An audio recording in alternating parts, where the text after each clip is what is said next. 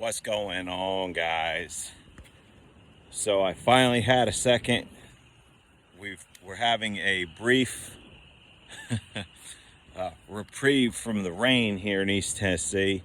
So I had some time to come out and look at the tractor. I was going to try and figure out where this hose went that was leaking on me, and I got it tracked down, and it's the hose that comes from the back, and it was this one that was hanging low here and then runs up to here.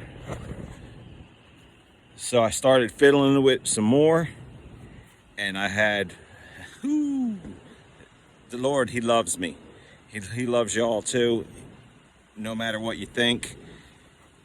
Because when I got to investigating, turns out my fitting right here had just worked itself loose. So I don't have a bad fitting, I just had a loose fitting. So I just got to tighten that up, refill my hydraulic system with fluid, and I'll be good to go.